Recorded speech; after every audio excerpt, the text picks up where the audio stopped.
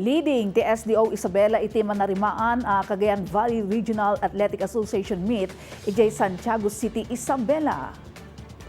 Siyama Schools Division manipot iti na duma-duma paset ti Cagayan Valley ti manarimaan nga agay-ayam. As of 9 a.m. itangal daw impablak ti CAVRAA meet 2026 officials ti partial ken unofficial medal tally iti pasalip.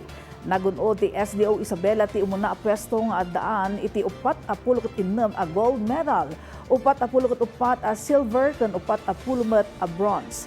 Sa runwen ti SDO Cagayan nga addaan iti 34 a gold medal, 29 a silver ken 32 a bronze.